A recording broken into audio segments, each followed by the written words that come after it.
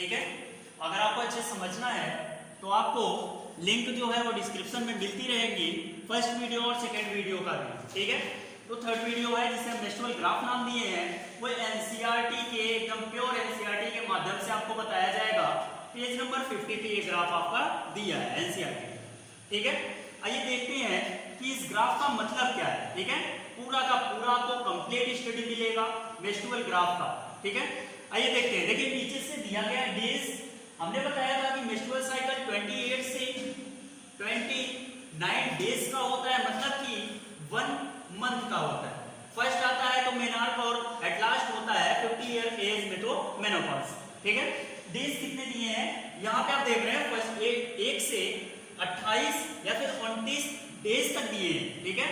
और यहाँ पे इसके नीचे आपके फेजेस दिए हैं, जैसे कि मैंने बताया था कि 4 फेज होते हैं, menstrual phase, follicular phase, ovarian phase और लास्ट होता है आपका ल्यूटियल फेज, ठीक है।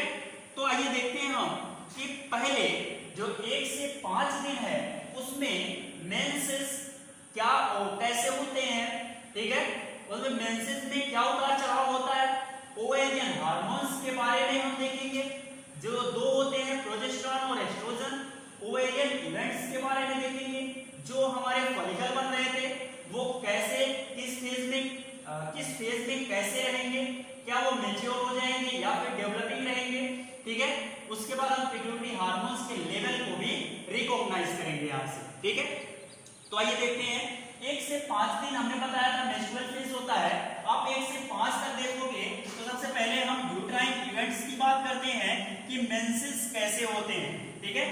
तो आप देखोगे 1 से 5 दिन तक, तो 1 से 5 दिन का जो ड्यूरेशन होता है मेंसेस उसी में अकर्स होते हैं, मतलब एंडोमेट्रियम की लाइनिंग टूटती है और उसकी जो ब्लड वेसल्स है वो ब्लड को सिक्रेट करती है, और जो अनफर्टिलाइज ओवम होता है वो भी इसी के साथ क्या होता है फ्लो होता है, जिसे मेंस्ट्रुअल फ्लो के नाम से जानते हैं। तो 1 से 5 दिन तक ये मेंसेस होते हैं, ठीक है।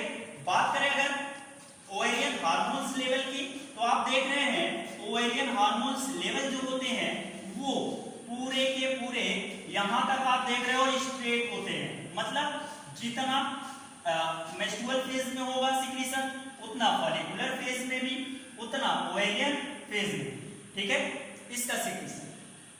बात करें अगर इसके सिक्रीशन की ल्यूटियल फेज में, तो देखो यहाँ पे जो फॉलिकुलर फेज होते हैं वो 6 से 13 दिन तक होते हैं, ओवेरियन फेज 14वें दिन में, और उसके बाद ल्यूटियल फेज 15 से लगभग पूरा 28-29 डेज तक होता है, लार्जेस्ट होता है, ठीक है। तो देखो सबसे पहला जो मेंस्ट्रुअल फेज था यूट्राइन इवेंट्स क्या होगा, 1 से 5 दिन मेंस्ट्रुअल फेज में क्या होगा मेंसेस अकर्स होगा।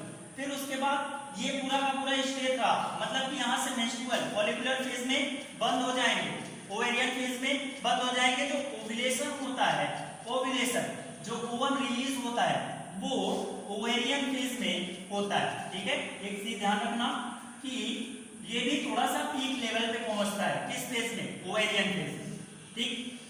देखते हैं ल्यूटियल फेज में इसका क्या सिक्रीशन होता है मेंसेस का।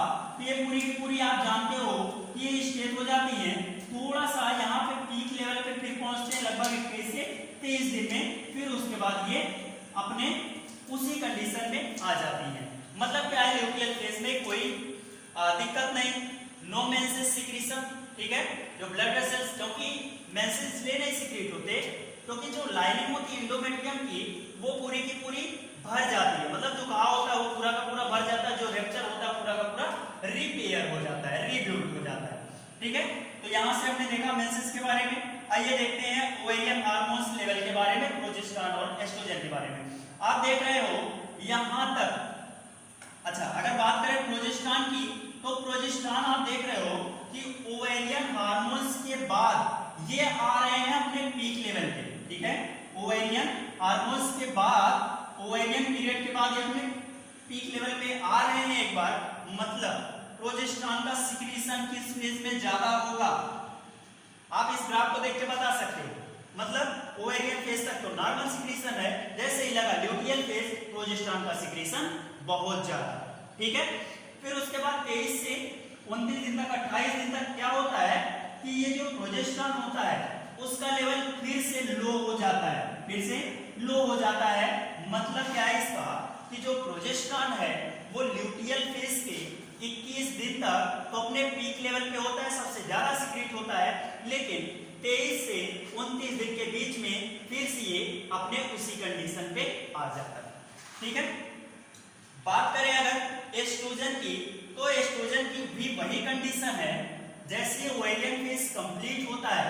ठीक है, सॉरी ओवेरियन फेज देखो जहां आया है, बात कर रहे हैं हम एस्ट्रोजन की, ओवेरियन फेज 14वां दिन जैसे ही आया तुरंत क्या हुआ, एस्ट्रोजन वो अपने पीक लेवल पे आ गया, मतलब 14वें दिन में ओवेरियन फेज में जो एस्ट्रोजन है वो सबसे ज्यादा सीक्रेट होगा और ल्यूटियल फेज में ये बहुत कम सीक्रेट होता है। फिर उसके बाद आप ल्यूटियल फेज के 21 से 23 दिन में आ जाओगे तो प्रोजेस्टेरॉन जैसे ही कम होता है ये वैसे ही फिर ज्यादा होता है। ठीक है, और जैसे ही प्रोजेस्टेरॉन ज्यादा होता है ये कम हो जाता है। आप कंपैरिजन देख सकते हो। मतलब एक चीज तो हम ध्यान दे रहे हैं कि यहाँ पे क्या हो रहा है, ओवेरियन हार्मोन्स में प्रोजेस्टेरॉन बढ़ रहे हैं तो एस्ट्रोजन घट रहा है, और एस्ट्रोजन बढ़ रहा है तो प्रोजेस्टेरॉन घट रहा है। जैसे कि आपने यहाँ देखा प्रोजेस्टेरॉन यहाँ पे ज्यादा है और एस्ट्रोजन यहाँ पे कम है। फिर उसके बाद आप देख रहे हो प्रोजेस्टेरॉन यहाँ पे ज्यादा है, एस्ट्रोजन यहाँ पे कम है, मतलब कि जहाँ पे प्रोजेस्टेरॉन ज्यादा है वहाँ पे एस्ट्रोजन कम है। ठीक है, अच्छा बात करते हैं ओवेरियन इवेंट्स की। तो ओवेरियन इवेंट्स को हम बढ़िया से पढ़े हैं पार्ट सेकंड में, अपने फेजेस में, मेंस्ट्रुअल फेज में पढ़े हैं। वहां पे हमने देखा था कि जैसे ही ओवेरियन फेज लगा था या फिर फॉलिकुलर फेज लगते ही एंडोमेट्रियम की जो लाइनिंग थी वो थोड़ी सी थिक हो गई थी, और वहां पे जो प्राइमरी ओसाइट था, जो प्राइमरी ओसाइट था वो चेंज हो गया था किसमें, ग्रेफियन, मैच्योर ग्रेफियन फॉलिकल में। तो यहाँ पे आप देख रहे हो धीरे धीरे क्या हो रहा है, फॉलिकल बन रहे हैं, डेवलप हो रहे हैं, जिसे हम डेवलपिंग फॉलिकल के नाम से जानते हैं। ये ओवेरियन इवेंट्स है, ओवरी में हो रहा है, फॉलिकल बनते उसी में। तो फॉलिकल यहाँ तक तो डेवलपिंग है, लेकिन जैसे ग्राफियन फॉलिकल आता है, एंट्रम शो करता है, तुरंत क्या होते हैं, ये मैच्योर हो जाते हैं। ठीक, उसके बाद ये क्या होते हैं ल्यूटियल फेज में, ये क्या होते हैं कि यही जो आपके फॉलिकल थे वो कार्पस ल्यूटियम का रूप लेते हैं, और सबसे पहले कार्पस ल्यूटियम डेवलपिंग फॉर्म में होता है, फिर उसके बाद कार्पस ल्यूटियम डीजनरेट होता है। ठीक है, आपको सेकंड पार्ट में बढ़िया वीडियो मिल जाएगा कार्पस ल्यूटियम के बारे में। ठीक है, बात करें पिट्यूटरी हार्मोन्स की तो दो होते हैं, एलएच और एफएसएच, ल्यूटिनाइजिंग हार्मोन्स और फॉलिकुलर स्टिमुलेटिंग हार्मोन्स। अच्छा देखो यहाँ पे बात करें अगर मेंस्ट्रुअल फेज की 1 से 5 दिन में, तो आप देख रहे हो यहाँ पे एफएसएच वाली ऊपर की लाइनिंग एफएसएच है और नीचे वाली लाइनिंग वो एलएच है। ठीक है, तो क्या हो रहा है, एफएसएच मेंस्ट्रुअल फेज में 1 से 5 दिन के दौरान जो एफएसएच है, फॉलिकुलर स्टिमुलेटिंग हार्मोन्स है, वो ज्यादा सीक्रेट हो रहा है, और जो ल्यूटिनाइजिंग हार्मोन्स है वो कम सीक्रेट हो रहा है। ठीक है, फिर थोड़ा सा उतार चढ़ाव आता रहता है। फिर उसके बाद जैसे फॉलिकुलर फेज लगता है, ये दोनों क्या होते हैं, ये एलएच जो होता है वो अब ज्यादा सीक्रेट होने लगता है और एफएसएच कम सीक्रेट होने लगता है।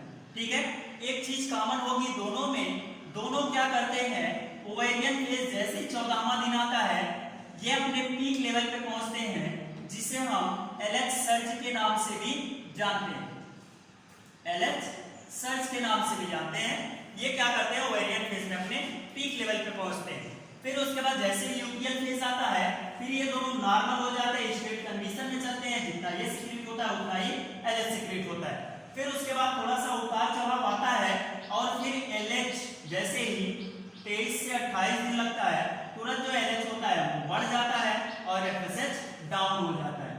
ठीक है, तो इससे आपको कंपैरिजन करने को मिलेगा कि किस फेज में हार्मोन्स जो है पिट्यूटरी हो या फिर ओवेरियन हार्मोन्स हो या फिर इवेंट्स हो, चाहे वो ओवेरियन इवेंट्स हो या फिर यूट्राइन इवेंट्स हो, यहाँ पे आप इस फिगर के माध्यम से, जो कि एनसीईआरटी का फिगर है पेज नंबर 50 पे, इस फिगर के माध्यम से आप बहुत अच्छे से समझ सकते हो और कंपेयर कर सकते हो कि कौन किस फेज में किस दिन ज्यादा सीक्रेट होता है और किस फेज में किस दिन कम सीक्रेट होता है। ठीक है, तो थैंक यू, आप लोग बढ़िया से पढ़ लीजिएगा। मेंस्ट्रुअल ग्राफ आपका थर्ड पार्ट ओके, समाप्त होता है।